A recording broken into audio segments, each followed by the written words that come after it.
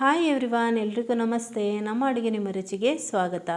ಗೋಧಿ ನಮಗೆ ಅಂಗಡಿಗಳಲ್ಲಿ ಎಲ್ಲ ಕಡೆ ಸಿಗುತ್ತೆ. ಇವತ್ತು ನಾನು ನಿಮಗೆ ಗೋಧಿಯಿಂದ ಸೆಟ್ ದೋಸೆ ಮಾಡೋದು ಮತ್ತು ಮಸಾಲೆ ದೋಸೆ ಮಾಡೋದು ಹೇಗೆ ಅನ್ನೋದನ್ನು ತೋರಿಸ್ತಾ ಇದ್ದೀನಿ. ಗೋಧಿ ನೆನೆ ಹಾಕಿಬಿಟ್ಟು ಮಿಕ್ಸಿಯಲ್ಲೇ ರುಬ್ಬಿ ಮಾಡ್ಕೊಂಡಿದ್ದೀನಿ. ಮಸಾಲೆ ದೋಸೆ ತುಂಬ ಗರಿಗರಿಯಾಗಿ ಬರುತ್ತೆ. ಹಾಗೆಯೇ ಸೆಟ್ ದೋಸೆ ಮಾಡೋದಾದರೆ ನಿಮಗೆ ತುಂಬ ಸಾಫ್ಟ್ ಆಗಿ ಬರುತ್ತೆ. ಇದರ ಜೊತೆಗೆ ಆಲೂಗಡ್ಡೆ ಪಲ್ಯವನ್ನು ಸ್ವಲ್ಪ ಡಿಫ್ರೆಂಟ್ ಆಗಿ ಮಾಡಿದ್ದೀನಿ. ಅದರ ರೆಸಿಪಿ ಕೂಡ ಹಾಕಿದ್ದೀನಿ. ಬನ್ನಿ ಹಾಗಾದರೆ ರೆಸಿಪಿ ನೋಡೋಣ. ವಿಡಿಯೋ ಇಷ್ಟ ಆದರೆ ಲೈಕ್ ಮಾಡಿ, ಹಾಗೆಯೇ ನಮ್ಮ ಚಾನಲ್ನ ಸಬ್ಸ್ಕ್ರೈಬ್ ಮಾಡ್ಕೊಳ್ಳಿ. ಮೊದಲಿಗೆ ನಾನಿಲ್ಲಿ 2 ಕಪ್ನಷ್ಟು ಗೋಧಿ ತಗೊಂಡಿದ್ದೀನಿ. ಇದರಲ್ಲಿ ಸುಮಾರು 4 ರಿಂದ 5 ಜನ ತಿನ್ನುವಷ್ಟು ದೋಸೆ ಆಗುತ್ತೆ. ಇದನ್ನು ಒಂದು ಬೌಲ್ಗೆ ಹಾಕ್ಕೊಳ್ತಾ ಇದ್ದೀನಿ. ಇದು ನೋಡಿ ಟೇಬಲ್ ಸ್ಪೂನು. ಇದರಲ್ಲಿ 2 ಟೇಬಲ್ ಸ್ಪೂನಷ್ಟು ಉದ್ದಿನಬೇಳೆ ಹಾಕ್ಕೊಳ್ತಾ ಇದ್ದೀನಿ. ಇದು ಇಲ್ಲ ಅಂದರೆ ನಿಮ್ಮ ಹತ್ರ ದೊಡ್ಡ ಸ್ಪೂನಲ್ಲಿ 2 ಸ್ಪೂನ್ ಹಾಕ್ಕೊಳ್ಳಿ. 1/4 ಟೀ ಸ್ಪೂನ್ ಮೆಂತ್ಯ ಹಾಕ್ಕೊಂಡಿದ್ದೀನಿ. ನಿಮಗೆ ಇದು ಬೇಡ ಅಂದರೆ ನೀವು ಸ್ಕಿಪ್ ಮಾಡ್ಕೋಬೋದು.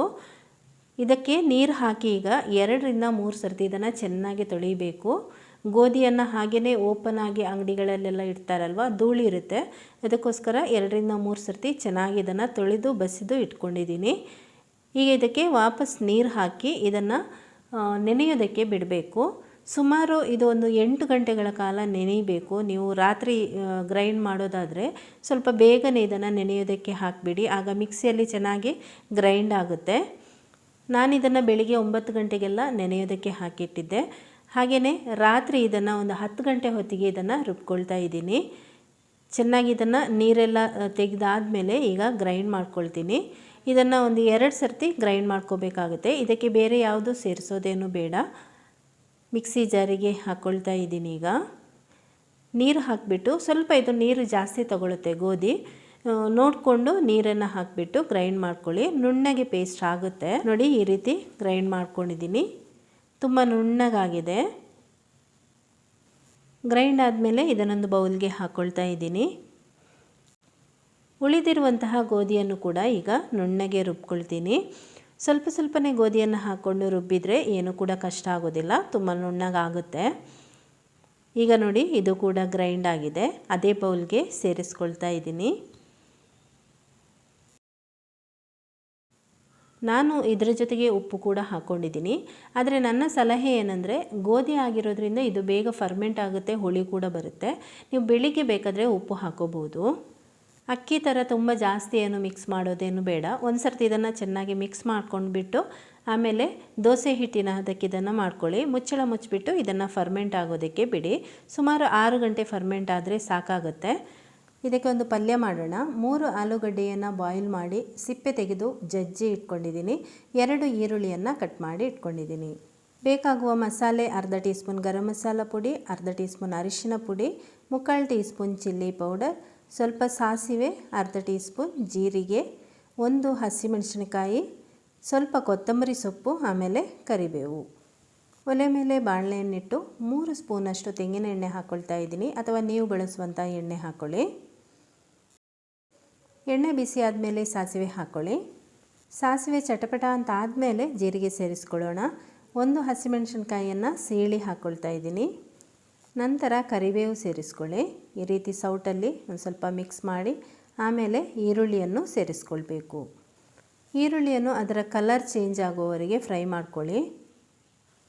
ಫ್ರೈ ಆಗ್ತಾ ಸ್ವಲ್ಪ ಕನ್ನಡಿ ಥರ ಆಗುತ್ತೆ ಇದು ಕಲರ್ ನೋಡಿದಾಗ, ಅಷ್ಟಾದರೆ ಸಾಕು. ಕಟ್ ಮಾಡಿದ ಮೇಲೆ ಸ್ವಲ್ಪ ಅದನ್ನು ಕೈಯಲ್ಲಿ ಬಿಡಿಸಿ ಹಾಕಿದರೆ ಸಪ್ರೇಟ್ ಆಗಿರುತ್ತೆ. ಇಲ್ಲಾಂದರೆ ನೋಡಿ ಈ ರೀತಿ ಮಾಡ್ಕೋಬೇಕಾಗುತ್ತೆ. ಫ್ರೈ ಮಾಡ್ತಾ ಮಾಡ್ತಾ ನೋಡಿ ಕಲರೆಲ್ಲ ಚೇಂಜ್ ಆಗಿದೆ. ಈಗ ಇದಕ್ಕೆ ಮಸಾಲೆ ಪುಡಿಯನ್ನು ಸೇರಿಸ್ಕೊಳ್ಳೋಣ. ಅರಿಶಿನ ಪುಡಿ, ಚಿಲ್ಲಿ ಪೌಡರ್, ಆಮೇಲೆ ಗರಂ ಮಸಾಲ ಪುಡಿ.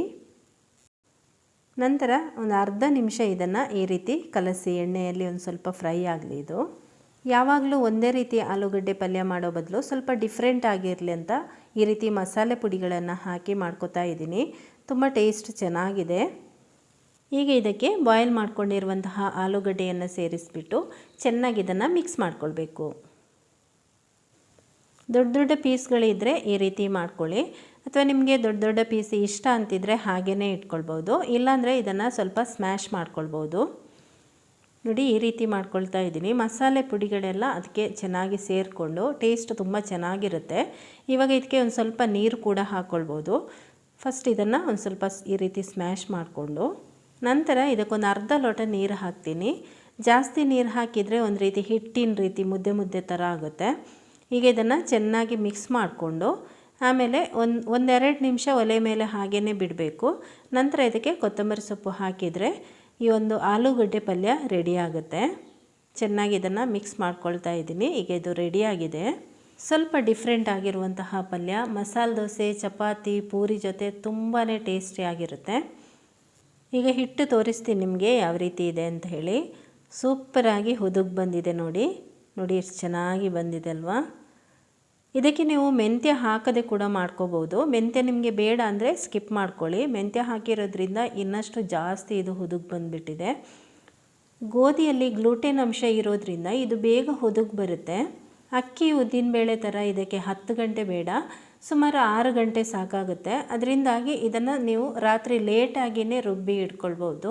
10-11 ಗಂಟೆಗೆಲ್ಲ ರುಬ್ಬಿ ಇಟ್ಟರು ಬೆಳಿಗ್ಗೆಗಾಗುವಾಗ ಇದು ಕರೆಕ್ಟ್ ಆಗುತ್ತೆ. ನಿಮಗೆ ಈಗ 2 ರೀತಿಯ ದೋಸೆ ಕೂಡ ನಾನು ಇದರಲ್ಲಿ ಮಾಡಿ ತೋರಿಸ್ತೀನಿ. ಒಂದು ತೆಳುವಾಗಿ ಮಸಾಲೆ ದೋಸೆ ಥರ, ಇನ್ನೊಂದು ಸೆಟ್ ದೋಸೆ ಥರ ಮಾಡ್ತೀನಿ. ನಿಮಗೆ ಯಾವುದು ಇಷ್ಟ ಆ ರೀತಿ ನೀವು ಮಾಡ್ಕೊಳ್ಬೋದು. ತವಾ ಸಾಧಾರಣ ಬಿಸಿಯಾಗಿದೆ. ಈಗ ಇದಕ್ಕೆ ದೋಸೆ ಹಾಕ್ತಾ ಇದ್ದೀನಿ. ಫಸ್ಟಿಗೆ ನಾನು ನಿಮಗೆ ಮಸಾಲೆ ದೋಸೆ ರೀತಿ ತೋರಿಸ್ತಾ ಇದ್ದೀನಿ. ನೋಡಿ ದೋಸೆ ತೆಳುವಾಗಿ ಹಾಗೆಯೇ ಕಣ್ಣು ಬಿದ್ದು ಎಷ್ಟು ಚೆನ್ನಾಗಿ ಬರ್ತಾ ಇದೆ ನೋಡಿ. ನಿಮಗೆ ಯಾವ ರೀತಿಯ ರೆಸಿಪಿಗಳು ಬೇಕು ಹಾಗೆಯೇ ವಿಡಿಯೋ ಹೇಗೆ ಬರ್ತಾ ಇದೆ ಅಂತ ನಿಮ್ಮ ಕಮೆಂಟ್ ಮೂಲಕ ಖಂಡಿತ ತಿಳಿಸಿ. ಮೇಲ್ಗಡೆ ದೋಸೆ ಬೆಂದಿದೆ. ಈಗ ಇದಕ್ಕೆ ಎಣ್ಣೆ ಹಾಕ್ಕೊಳ್ತಾ ಇದ್ದೀನಿ. ಮುಚ್ಚಳ ಇಟ್ಟು ಬೇಯಿಸಿದರೆ ಸ್ವಲ್ಪ ಬೇಗ ಬೇಯುತ್ತೆ. ಮೇಲ್ಗಡೆ ಡ್ರೈ ಆಗೋದಕ್ಕೆ ಮಾತ್ರ ಮುಚ್ಚಳ ಹಾಕ್ತಾ ಇದ್ದೀನಿ. ಈಗ ತೆಗಿತಾ ಇದ್ದೀನಿ. ವಾವ್, ಸೂಪರಾಗಿದೆ ನೋಡಿ.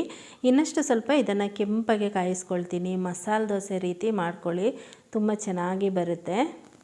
ಸ್ವಲ್ಪ ಗರಿ ಗರಿ ಆದಮೇಲೆ ಇದಕ್ಕೆ ಮಧ್ಯಕ್ಕೆ ಈ ರೀತಿ ಪಲ್ಯ ಹಾಕ್ತಾ ಇದ್ದೀನಿ. ಸೂಪರಾದ ಟೇಸ್ಟ್ ಅಂತೂ ಖಂಡಿತ ಚೆನ್ನಾಗಿರುತ್ತೆ. ನೀವು ಕೂಡ ಇದನ್ನು ಟ್ರೈ ಮಾಡಿ ನೋಡಿ. ವಾವ್, ಕಲರ್ಫುಲ್ಲಾಗಿ ಎಷ್ಟು ಚೆನ್ನಾಗಿ ಬಂದಿದೆಯಲ್ವಾ ನೋಡಿ, ಎಷ್ಟು ಚೆನ್ನಾಗಿದೆ ನೋಡಿ. ಖಂಡಿತ ನೀವು ಟ್ರೈ ಮಾಡಲೇಬೇಕಲ್ವಾ. ಗೋಧಿಯನ್ನು ರುಬ್ಬೋದಕ್ಕೆ ಕಷ್ಟ ಆಗೋದಿಲ್ಲ, ಮಿಕ್ಸಿಯಲ್ಲಿ ಆರಾಮಾಗಿ ನೀವು ರುಬ್ಕೊಳ್ಬೋದು. ಇನ್ನೊಂದು ದಪ್ಪ ದೋಸೆ ಯಾವ ರೀತಿ ಬರುತ್ತೆ ಅಂತ ನೋಡೋಣ ಬನ್ನಿ. ಈಗ ನೋಡಿ ಸೆಟ್ ದೋಸೆ ಥರ ಈ ರೀತಿ ಹಾಕ್ಕೊಳ್ಳಿ. ಬೇಕಾದರೆ ನೀವು ಈ ರೀತಿ ಸ್ವಲ್ಪ ಅದನ್ನು ಅಗಲ ಮಾಡ್ಕೋಬೋದು, ಇಲ್ಲಾಂದರೆ ಹಾಗೇ ಹಾಕೋಬೋದು. ಸ್ವಲ್ಪ ಬೆಂದ ಮೇಲೆ ಸೈಡಿಗೆಲ್ಲ ಎಣ್ಣೆ ಹಾಕ್ತಾ ಇದ್ದೀನಿ. ಒಳ್ಳೆ ಕಣ್ಣು ಬಿದ್ದು ತುಂಬ ಚೆನ್ನಾಗಿ ಬರ್ತಾ ಇದೆ. ತುಂಬ ಸಾಫ್ಟಾಗಿ ಕೂಡ ಬರುತ್ತೆ ದೋಸೆ, ನೋಡ್ಬೋದು ನೀವು. ಈಗ ಇದನ್ನು ಮುಚ್ಚಳ ಮುಚ್ಚಿ ಸ್ವಲ್ಪ ಹೊತ್ತು ಬೇಯಿಸ್ತೀನಿ. ವಾವ್, ಎಷ್ಟು ಚೆನ್ನಾಗಿ ಬಂದಿದೆ ನೋಡಿ. ತುಂಬಾ ಮುದ್ದಾಗಿದೆ ದೋಸೆ ನೋಡೋದಕ್ಕೆ, ತುಂಬ ಸಾಫ್ಟ್ ಆಗಿ. ಖಂಡಿತ ನೀವು ಇದನ್ನು ಟ್ರೈ ಮಾಡಿ. 2 ರೀತಿಯ ದೋಸೆ ನಿಮಗೆ ಯಾವ ರೀತಿ ಇಷ್ಟ ಆ ರೀತಿ ದೋಸೆ ಮಾಡ್ಕೊಳ್ಬೋದು. ತುಂಬ ಚೆನ್ನಾಗಿ ಬರುತ್ತೆ. ದೋಸೆಯ ಒಂದು ಸಾಫ್ಟ್ನೆಸ್ ಕೂಡ ತೋರಿಸ್ತಾ ಇದ್ದೀನಿ. ಹಾಗೆಯೇ ಈ ವಿಡಿಯೋ ನಿಮಗೆ ಇಷ್ಟ ಆಗಿದರೆ ಒಂದು ಲೈಕ್ ಮಾಡಿ, ಶೇರ್ ಮಾಡಿ, ಕಮೆಂಟ್ ಮಾಡಿ. ಇದೇ ಥರದ ಬ್ರೇಕ್ಫಾಸ್ಟ್ ರೆಸಿಪಿಗಳಿಗಾಗಿ ನಮ್ಮ ಚಾನಲ್ನ ಸಬ್ಸ್ಕ್ರೈಬ್ ಮಾಡ್ಕೊಳ್ಳಿ. Thank you.